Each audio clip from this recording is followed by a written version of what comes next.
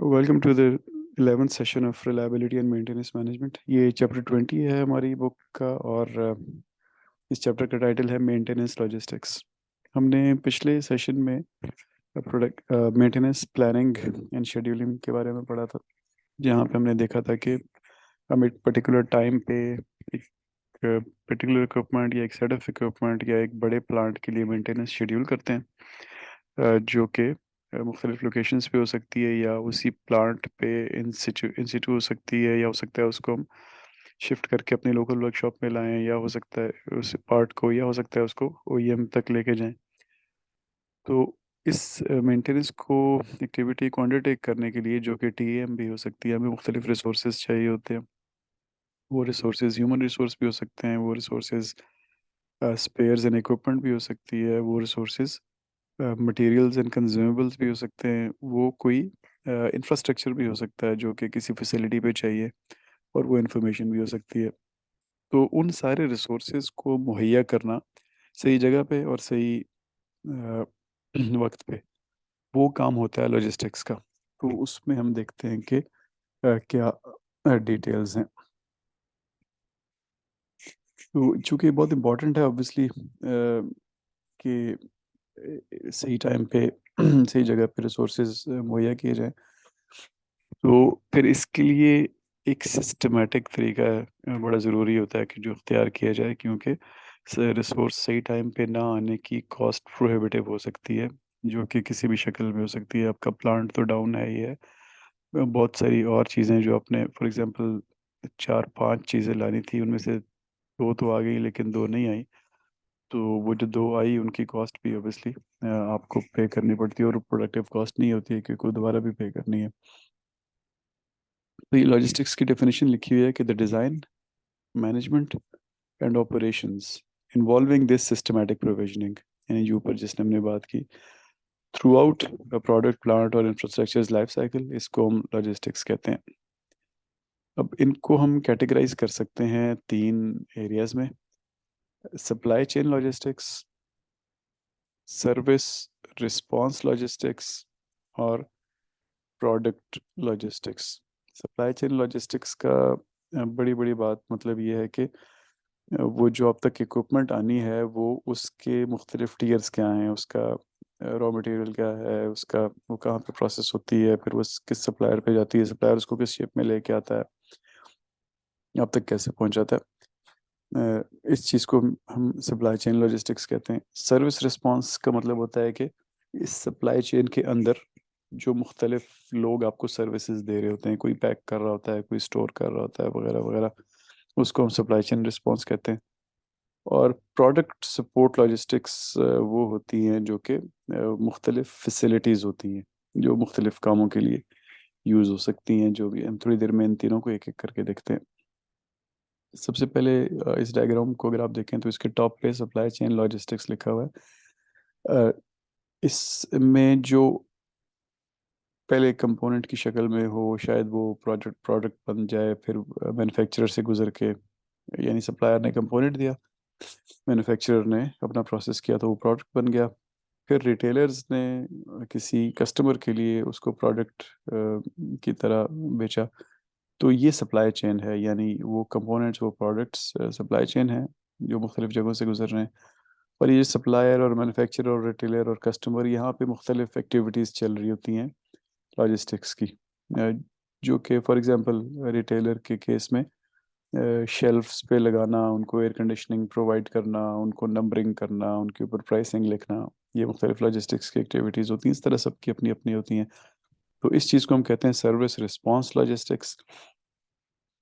और तीसरी चीज़ होती है प्रोडक्ट सपोर्ट लॉजिस्टिक्स, जिसके अंदर मेन चीज़ आपकी फैसिलिटीज़ होती है। फैसिलिटीज़ का मतलब कि अगर हम मेंटेनेंस की टर्म्स में बात करें, तो वो लोग जो मेंटेनेंस करेंगे या उसकी सपोर्ट करेंगे, और दूसरी चीज़ वो सपोर्ट इक्विपमेंट या टेस्ट इक्विपमेंट जो मेंटेनेंस में इस्तेमाल होगी। जैसे फॉर एग्जांपल आपकी एक फैसिलिटी है जहाँ मेंटेनेंस होनी है, उसके ऊपर एक क्रेन लगी हुई है। आपकी फैसिलिटी है जहाँ पे डायग्नोस्टिक्स के बहुत सारे इक्विपमेंट लगे हुए हैं। जैसे फॉर एग्जांपल आप टोयोटा की मेंटेनेंस फैसिलिटी में जाएं इस्लामाबाद में, तो वहाँ पे आपको पता चलेगा कि वहाँ पे लिफ्ट्स हैं जिन पे गाड़ियाँ ऊपर नीचे जाती हैं। वहाँ पे सफाई के लिए इक्विपमेंट लगी हुई है, वहाँ पे मुख्तलिफ इलेक्ट्रॉनिक गैजेट्स हैं जिनको यूज़ करते हैं उनके लोग, वगैरह वगैरह। तो वो सब मेंटेनेंस फैसिलिटीज़ होती हैं। फिर सपोर्ट टेक्नोलॉजी होती है जो बेसिकली कंप्यूटर कंप्यूटर सिस्टम्स होते हैं, इंफॉर्मेशन सिस्टम्स होते हैं। और फिर आखिर में सप्लाई सपोर्ट होती है, जो कि इस तरह की चीज़ें होती हैं जैसे कि चीज़ को पैकेज करना, जैसे उसको हैंडल करना, यानी ट्रक से उतारना, वापस रखना, फिर उसको किसी, अगर उसको कुछ अरसे के लिए आपने स्टोर करना है, हो सकता है वो स्पेशल स्टोरेज हो, वहाँ पे आपको टेम्परेचर्स मेंटेन करने हो या प्रेशर्स मेंटेन करने हो या ह्यूमिडिटी कुछ भी मेंटेन करना हो। और फिर डिस्ट्रीब्यूशन फैसिलिटी, पैकेजिंग, हैंडलिंग और स्टोरेज के बाद। तो सब हम इसको लॉजिस्टिक्स को तीन एंगल से देखते हैं। तो इन इस सेंस में logistics is kind of a super set of supply chain management, क्योंकि सप्लाई चेन उसका एक पार्ट है, दूसरा पार्ट उसका सर्विस रिस्पांस लॉजिस्टिक्स है, और तीसरा पार्ट उसका प्रोडक्ट सपोर्ट लॉजिस्टिक्स है। अब लॉजिस्टिक्स मैनेजमेंट यानी सारी चीज़ को मैनेज करना, इसमें आपने फिर डिसीजन मेकिंग करनी होती है तीन डिफरेंट लेवल्स पे, जो हमेशा हम तीन लेवल्स की बात करते हैं, स्ट्रेटेजिक, टेक्निकल और ऑपरेशनल। तो जो स्ट्रेटेजिक लेवल है उसमें डिसीजंस क्या करने होते हैं कि आपकी आपके वेयर हाउसेस कहाँ कहाँ होंगे, कितने होंगे, और उनकी कितनी कैपेसिटी होगी, और मैन्युफैक्चरिंग प्लांट्स कहाँ कहाँ पे अ, होंगे। अब इन इन सब चीज़ों की ऑब्वियसली मुख्तलिफ इंडस्ट्रीज़ में मुख्तलिफ शक्ल बनती है। जैसे फ़र्ज़ करें आप डावलेंस के रेफ्रिजरेटर्स बना रहे हैं, तो आप वेयर हाउसेस कहाँ कहाँ रखेंगे। तो ये बहुत ज़्यादा तादाद बनेगी, क्योंकि आपके कस्टमर बहुत ज़्यादा जगहों पे हैं। हर बड़े शहर, छोटे शहर में आपको रखना पड़ेगा। इसी तरह उसकी लोकेशंस बढ़ जाएंगी, और कुछ शहरों में, कराची में आपको शायद दो तीन रखने पड़े, लाहौर में, एंड सो ऑन। फिर उनकी कैपेसिटीज डिसाइड करना, क्योंकि कैपेसिटी जो है वो स्केल जो जो बढ़ता जाता है, तो वहाँ पे आपके जहाँ एक तरफ तो उसकी कॉस्ट और उसके एक्सपेंडिचर्स बढ़ते जाते हैं, लेकिन साथ साथ अपॉर्चुनिटी टू मेक मनी भी बढ़ती जाती है। ये था स्ट्रेटेजिक लेवल। टेक्टिकल लेवल पे आप परचेजिंग डिसीजंस करते हैं, इन्वेंट्री पॉलिसीज बनाते हैं, ट्रांसपोर्टेशन स्ट्रेटजीज बनाते हैं। यानी अब आपने फैसला कर लिया कि आपकी सो एंड सो शहर में मेंटेनेंस फैसिलिटी होगी। अब उसमें किस वक्त कौन से पार्ट ला के आपने रखने हैं, ये परचेजिंग डिसीजन है। इन्वेंट्री पॉलिसी, यानी इन्वेंट्री के लेवल क्या मेंटेन करने हैं, उनको रीफिल कब कब करना है, इशूइंग के क्या प्रोसीजर्स होंगे, इनको हम इन्वेंट्री पॉलिसीज कहते हैं। और ट्रांसपोर्टेशन स्ट्रेटजीज, यानी आपका जो अपना फ्लीट रखेंगे या आउटसोर्स करेंगे, फिर अपना फ्लीट है तो उनके साइजेस क्या होंगे, फिर एक ट्रक फिल अगर पूरा नहीं हो रहा तो उसको कैसे पूरा करेंगे, और कौन से इक्विपमेंट उसके अंदर रखेंगे, या कितना अरसा वेट करेंगे ट्रक फिल के लिए। तो इन चीज़ों को हम ट्रांसपोर्टेशन स्ट्रेटजीज कहते हैं। ऑपरेशनल लेवल में ऑब्वियसली वो फिर एक्चुअल शेड्यूलिंग, ट्रक्स को राउट करना और परफॉर्मेंस को मेजर करना, ये रोज़मर्रा के जो काम होते हैं वो ऑपरेशनल लेवल पे उनकी डिसीजन मेकिंग करनी होती है। तो लॉजिस्टिक्स में आप तीन लेवल्स पे डिसीजन मेकिंग करते हैं। स्ट्रेटेजिक लेवल का हमेशा आपने ये चीज़ याद रखनी है कि वो कनेक्टेड आपकी ऑर्गेनाइजेशनल स्ट्रेटेजिक ऑब्जेक्टिव के साथ उसको होना है। यानी यहाँ पे तो हम कह रहे हैं ना कि हमने ये तीन चार चीज़ें डिसाइड करनी है, लेकिन इन सब ने कनेक्टेड ज़रूर रहना है ऑर्गेनाइजेशनल स्ट्रेटेजिक ऑब्जेक्टिव से। मेंटेनेंस लॉजिस्टिक्स के ये जो आपके सामने डायग्राम है, इसके सबसे एंड पे देखिएगा तो इसके तीन जो है की एलिमेंट्स होते हैं। सर्विस फैसिलिटीज़, यानी जो आपने मेंटेनेंस करनी है वो किन फैसिलिटीज़ पे करनी है। ह्यूमन रिसोर्स, यानी कौन लोग करेंगे, उनकी स्किल्स वगैरह। और तीसरा इन्वेंट्रीज, क्योंकि मेंटेनेंस करने में स्पेयर पार्ट्स और इक्विपमेंट चाहिए होता है, तो उनकी कितनी इन्वेंट्रीज मेंटेन करनी है। ये तीन जो है आपके की एलिमेंट्स होते हैं। अब ये ओवरऑल इस फ्रेमवर्क के तहत काम करते हैं जो आपके सामने पूरी डायग्राम बनी हुई है। यानी आपकी लॉजिस्टिक्स जो है उस वो सारी आप डिज़ाइन करते हैं for the demand for maintenance, यानी कितनी मेंटेनेंस करनी है, और परफॉर्मेंस रिक्वायरमेंट। यानी एक तरफ मेंटेनेंस डिपार्टमेंट आ गया जो बताता है कि कब कितनी किस किस चीज़ की मेंटेनेंस करनी है। दूसरी तरफ परफॉर्मेंस रिक्वायरमेंट आ गई, यानी ऑपरेशंस वाले बताते हैं कि वो कब किस चीज़ को अवेलेबल कर सकते हैं ताकि उसकी मेंटेनेंस की जाए। तो डिमांड कितनी आएगी मेंटेनेंस की, वो डिपेंड करता है आपकी the condition of the object, engineer object जिसकी आपने मेंटेनेंस करनी है, जो ठीक है उसकी मेंटेनेंस नहीं करनी होती, जो फेल हो गया है या फेल होने के करीब पहुंचने वाला है उसकी करेक्टिव या प्रिवेंटिव मेंटेनेंस करनी होती है। और आपकी मेंटेनेंस पॉलिसी बताती है कि डिमांड क्या होगी।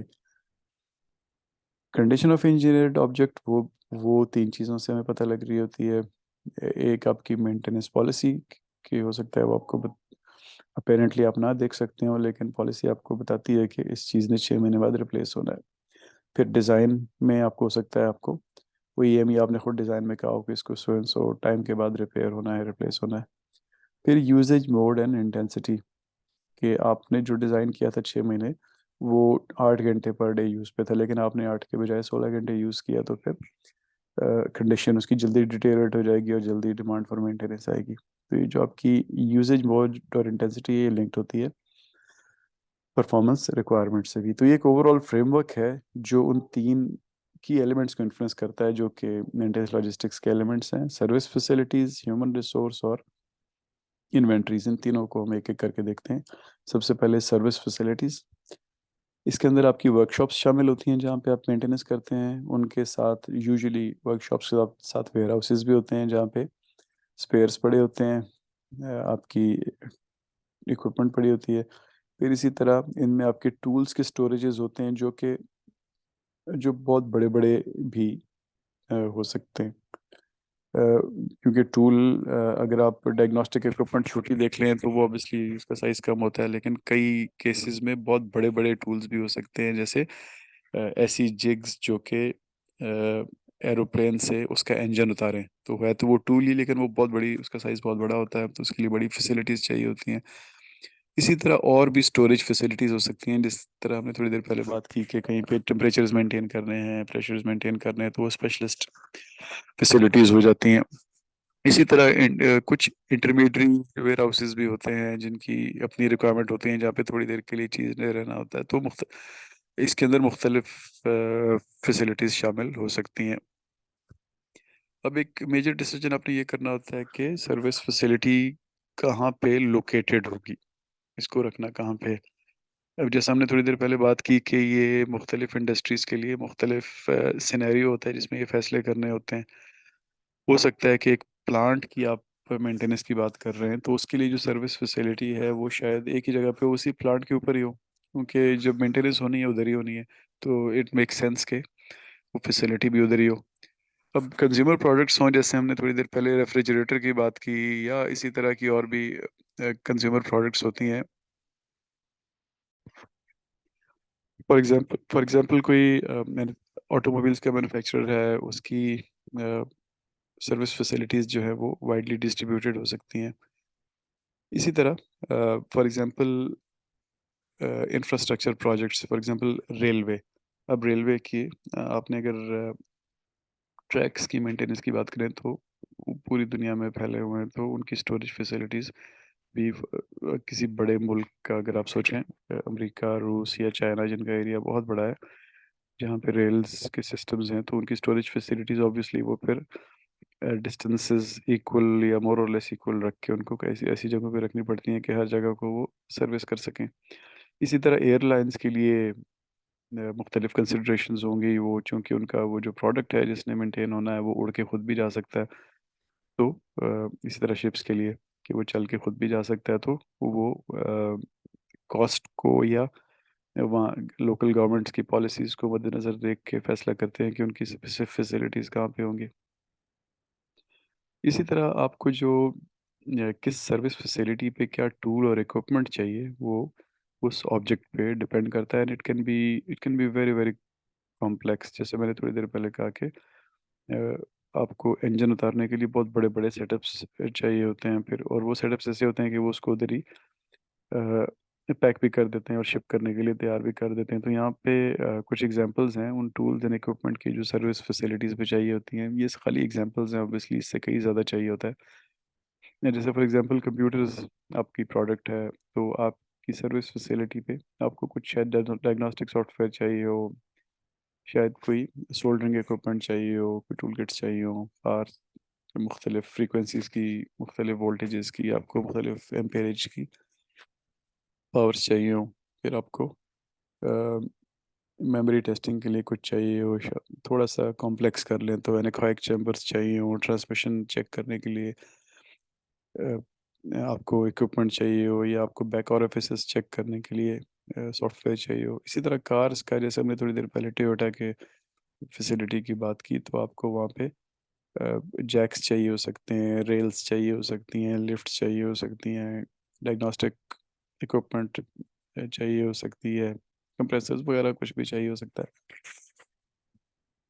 इसी तरह अगर अप्लाइंसेस हैं तो रेफ्रिजरेंट है, चार्जिंग सिस्टम्स हैं जो फ्रिज या आपके डीप फ्रीजर्स में या इस तरह के इक्विपमेंट में यूज़ होते हैं, लीक्स डिटेक्टर्स, ये प्रोडक्ट्स हो गई। प्लांट्स को आप देखें तो वो ऑब्वियसली कॉम्प्लेक्स होते जाते हैं, वहाँ पे आपको क्रेन्स और मुख्तलिफ मशीन्स, आपको जैसे सीएनसी मशीन्स हो सकती हैं, जैसे आपकी drilling machines, deburring machines, paint का सेटअप वो चाहिए हो सकता है, वेल्डिंग का। इसी तरह आप नीचे इंफ्रास्ट्रक्चर पे आएँ तो वो चूँकि फैला हुआ होता है, तो फॉर एग्जांपल सबसे आखिर में पाइपलाइन है तो ऑटोमेटेड वेल्डिंग मशीन्स चाहिए होंगी, या आपको प्रोग्रामेबल वेल्डर्स चाहिए होंगे वगैरह वगैरह। तो जो tool and equipment service facility पे चाहिए होता है वो डिपेंड करता है कि आप किस ऑब्जेक्ट की बात कर रहे हैं, and it can range from very simple to extremely complex, जिसकी कॉस्ट बहुत ज़्यादा होती है। तो यहाँ पे फिर हमने जो कुछ अर्सा पहले बात की कि ये चीज़ें चूँकि कैपिटल इक्विपमेंट होता है, आपने अपना बनाना है तो अपने लिए सेटअप बनाना है सर्विस फैसिलिटीज़ का, और आप इंफ्रास्ट्रक्चर या प्लांट की बात कर रहे हैं तो ये इसमें बहुत बड़ी इन्वेस्टमेंट चाहिए होती है। तो इसीलिए लोग प्रेफर करते हैं इन मैनी केसेस के ये काम ओईएम को दें और वही करे और वही अपनी फैसिलिटी को मेंटेन करे। दूसरी चीज़ थी ह्यूमन रिसोर्स। अब ये मेंटेनेंस जो है obviously it's labour intensive activity, तो इसमें आपको ना सिर्फ वो लेबर इंटेंसिव पार्ट में नंबर्स चाहिए होते हैं, बल्कि मुख्तलिफ स्किल्स भी चाहिए होती हैं कि आप इंश्योर कर सकें कि आप अपनी मेंटेनेंस को इफ़ेक्टिवली एग्जीक्यूट करें। ये जो लोग आपके होते हैं ये स्पेशलाइज्ड भी हो सकते हैं, जैसे फॉर एग्जांपल एक इलेक्ट्रिशियन, एक मैकेनिक, एक वेल्डर, यानी उसकी अपनी एक स्किल है, और वो मल्टी स्किल्ड भी हो सकता है। कि ये कार का स्पेशलाइज्ड पर्सन है। अभी कार के अंदर मुख्तलिफ चीज़ें होती हैं, मुख्तलिफ नेचर की चीज़ें होती हैं जिसके लिए मल्टी स्किल्स चाहिए होती हैं। इसी तरह ये एयरक्राफ्ट का स्पेशलिस्ट है तो वहाँ पे भी मुख्तलिफ चीज़ें हैं, एंड सो ऑन। अब the key issue here is के आपके एज एन ऑर्गेनाइजेशन आपके पास they should be right mix of skills supported by adequate training of the people who will undertake the maintenance activities. और तीसरी चीज़ थी inventories. जिस service facility पे जो चीज़ें लगी हुई हैं उसके अलावा आपको मेंटेनेंस करने के लिए जो गुड्स, फिजिकल गुड्स चाहिए होते हैं वो या तो कंज्यूमेबल्स होते हैं, जैसे ऑयल और ग्रीस हो गई, जैसे पेंट हो गया, जैसे क्लीनिंग के लिए इक्विपमेंट हो गया, या स्पेयर पार्ट्स चाहिए होते हैं, जो वो चीज़ें जो रिप्लेस होनी होती हैं, जो कि कंपोनेंट भी हो सकता है एक छोटा सा, और पूरे का पूरा ऑब्जेक्ट भी हो सकता है। और ये आइटम्स जो हैं ये आप, हो सकता है आप नए भी ख़रीदें, या हो सकता है कि आप रिपेयर्ड या रिकंडीशन्ड ख़रीदें बाहर से, या हो सकता है कि ख़ुद ही आप उनको रिपेयर करें, या किसी और से रिपेयर करवा लें। तो स्पेयर पार्ट्स की जो इन्वेंट्रीज होती हैं वो ऐसा भी हो सकता है कि बाहर से आई, कहीं पे स्टोर हो गई, या आपका ख़राब पार्ट आपकी वर्कशॉप में ठीक हुआ और वहाँ पे कहीं पे स्टोर हो गया, और फ्यूचर में वो किसी जगह पे मेंटेनेंस पे इस्तेमाल होगा। अब इन्वेंट्रीज में ट्रिक ये है कि जितनी ज़्यादा इन्वेंट्री रखेंगे उतने पैसे फंस जाएंगे आपके। आपको पता है कि इक्विपमेंट जो है वो बहुत महंगी भी हो सकती है, पीसीबी कार्ड्स जो हैं वो ऐसा भी होता है कि मिलियंस ऑफ डॉलर्स में होते हैं। एक आपने एक फायरवॉल, आपका कंप्यूटर नेटवर्क है, एक एक्स्ट्रा फायरवॉल रखनी है, तो इसका मतलब है 5-6 करोड़ रुपए आपने स्टोर में रख दिए। अब पता नहीं ख़राब होनी है कि नहीं एग्जिस्टिंग फायरवॉल, लेकिन वो 5-6 करोड़ रुपए पड़े हैं आपके, और वो ऑब्सलीट भी हो सकता है कि पहली ख़राब ना हो और दूसरी की लाइफ ख़त्म हो जाए। ऑन द अदर हैंड, आप नहीं रखते तो फिर प्रॉब्लम ये है कि हो सकता है आपका सिस्टम ब्रेक डाउन हो जाए, और नई फायरवॉल आपने मंगवानी है दुबई से या चाइना से, तो वो आते आते उसको महीना लग जाएगा। और ना सिर्फ ये महीना लगेगा, बल्कि आजकल जैसे हालात हुए तो एलसी नहीं खोलेगी, तो वो कराची पोर्ट में पड़ी रहेगी बहुत अरसा, तो आपका सिस्टम डाउन रहेगा। तो फिर आपने बेसिकली करना क्या होता है कि आपने you have to strike a balance, और ये बैलेंस स्ट्राइक करने के लिए आपको बेसिकली एक स्ट्रक्चर्ड मैनेजमेंट का सिस्टम चाहिए कि वो इन्वेंट्रीज के लिए आप साइंटिफिक बेसिस पे फैसला करें कि आपने किस चीज़ की कितनी इन्वेंट्री रखनी है, ऑर्डर कितनी क्वांटिटी में कब करना है। इन सब के लिए पॉलिसीज बनाएंगे आप। अब स्पेयर पार्ट्स की जो इन्वेंट्री होती है, सिर्फ स्पेयर पार्ट की, उसको हम मुख्तलिफ तरीके से कैटेगराइज कर सकते हैं। एक स्टैंडर्ड कैटेगराइजेशन जो है वो रिपेरेबिलिटी पे है, कि ये रिपेरेबल इन्वेंट्री है, नॉन रिपेरेबल इन्वेंट्री है।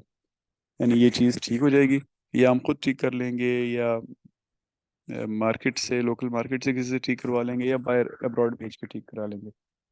और दूसरी एंड पे वो चीज़ें जो ठीक हो ही नहीं सकती, बस वो ख़राब होगी तो वो रिप्लेस होगी, और इसको अब स्क्रैप करना पड़ेगा जो इक्विपमेंट ख़राब हुई है या जो पार्ट ख़राब हुआ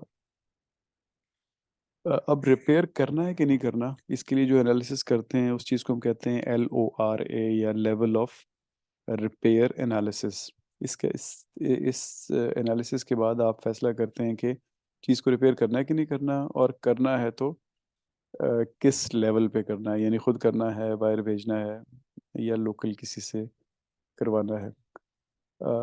अल्टीमेटली ये भी हो सकता है कि आप उसको बियॉन्ड इकोनॉमिकल रिपेयर डिक्लेयर कर दें कि नहीं, ये रिपेयर की कॉस्ट तो जो नई इक्विपमेंट है उसके करीब करीब पहुंच रही है, तो हम इसको अब स्क्रैप करेंगे या डिस्पोज कर देंगे। तो एक कैटेगराइजेशन की कैटेगरी रिपेयरेबिलिटी है। फिर क्रिटिकलिटी भी हो सकती है। यानी आप इस बेसिस पे स्पेयर्स को अलग करते हैं कि वो, अगर वो पार्ट जिसने फेल होना है और ये वाला स्पेयर लगना है, वो कितना क्रिटिकल है, कंसिक्वेंस ऑफ फेलियर क्या होगा। जहाँ पे कंसिक्वेंस ऑफ फेलियर बहुत सिवियर होते हैं, वहाँ पे आप इन्वेंट्रीज मेंटेन करते हैं, चाहे जितनी भी कॉस्टली हो, क्योंकि वो कॉस्ट उतनी नहीं होती जितनी फेलियर की कॉस्ट होती है। फिर स्पेसिफिसिटी के ये स्पेयर्स जनरल हैं, यानी एक स्पेयर है वो 15 डिपार्टमेंट में से कोई भी मांग सकता है, या वो पर्टिकुलर है, एक ख़ास डिपार्टमेंट ही मांगता है, तो अकॉर्डिंगली आप उनकी स्टोरेज और उनकी इन्वेंट्री पॉलिसीज अलग अलग रखते हैं। फिर lead time is another category, जिनका लीड टाइम ज़्यादा है या जिनका लीड टाइम कम है, ऑर्डर करने में भी रिपेयर करने में भी, तो उनको आप अलग अलग कैटेगराइज करते हैं।